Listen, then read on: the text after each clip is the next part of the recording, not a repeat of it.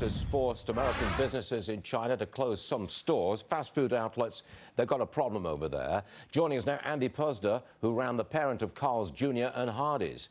Andy, I see these store closures and I see interruptions in the supply chain. And my question is, how big a deal is this for American business trying to do business in China? Well, it's a big deal for American businesses trying to do business in China. You know, American companies have already been moving supply chains out of China because of the tariffs and because of difficulties dealing with the Chinese government. Now, this just emphasizes the need maybe to get out of China. They've got real internal problems. They haven't dealt well with these epidemics that have risen in China. They didn't deal Andy, particularly well with this one. Andy, forgive me, Andy. I hate to interrupt you like this. That's all right. Do you know of any American business which is seriously considering pulling up stakes and just getting out of China? Are they? Well, if you mean for sales, I don't know any that are selling in China now that want to leave. However, manufacturing in China, you're seeing Apple. They're moving some to Texas. They're moving to other countries in Southeast Asia. Garment manufacturers, that industry has been moving for years because labor costs have gone up in China. These tariffs are driving people who produce in China to other venues because they're less risky.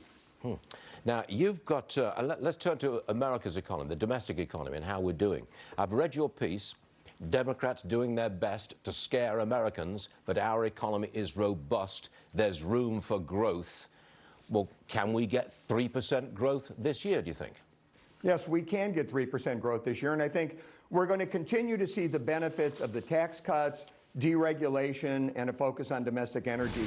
In addition to that, we've now got the USMCA, which is going to add about 68 billion to GDP, and which will help all industries, particularly manufacturing.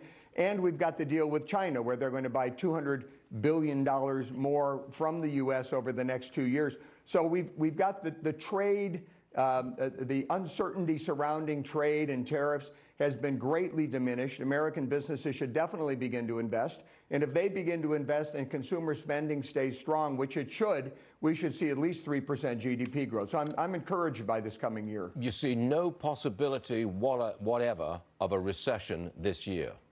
No possibility of a recession this year. I think look, the American people don't believe that either. 6 out of 10 Americans rated the economy excellent or good. 6 out of 10 said they thought it was getting better. And by the way, 42% credited President Trump and the Republicans, whereas only 9% are buying into this argument by the Democrats that it's all due to Obama. So the numbers for the president and Republicans look very good, and for the American people in general, they look very good. All good stuff. Andy Puzder, all good stuff. Thank you all good stuff. Thanks, Andy. Thank you, we'll see you Stuart. again soon. Cheers, mate.